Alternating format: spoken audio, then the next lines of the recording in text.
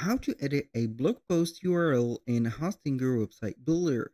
Hello guys and welcome to this new tutorial. In today's video, I'm going to show you how simple and easy it is to change, edit, or customize a Hostinger blog post URL into the Hostinger Website Builder. So how you can do that, it is going to be very simple. You're going to head over hostinger.com, sign in for an account, and from here, you're going to see the H panel or the dashboard of our Hostinger account. Once you're here, you're going to click on the left side of the screen on the button or of the item websites. Click on websites list. And from here, you're going to see all the websites that we host. Basically, we are going to select one of the websites. For example, I'm going to select this one and click on edit website. Once you have clicked on edit website, you're going to see the website page loading up. Now, we are going to add the blog to our website, and this is something that we need or we must.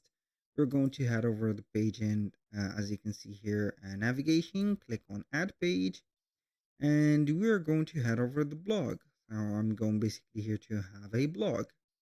You're going to see that we have the page setting for the blog list. As you can see, click on save.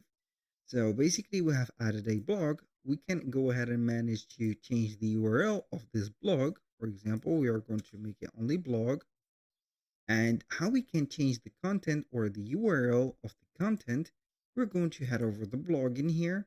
For example, I'm going to edit this post and we can add here the blog post. So I'm going to have in here the blog header.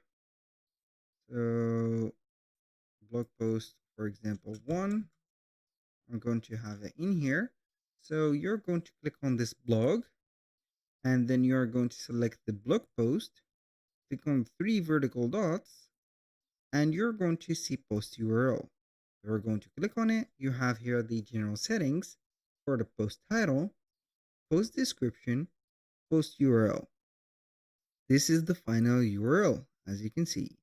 And you can go ahead and modify it. For example, I'm going to put here post one, and it is going to be like that.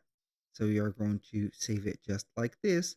And here, as you can see, it is going to be changed to this one. Basically, you can do that for all the pages or all the blog pages that you have or the posts. And then you can go ahead and have it right there.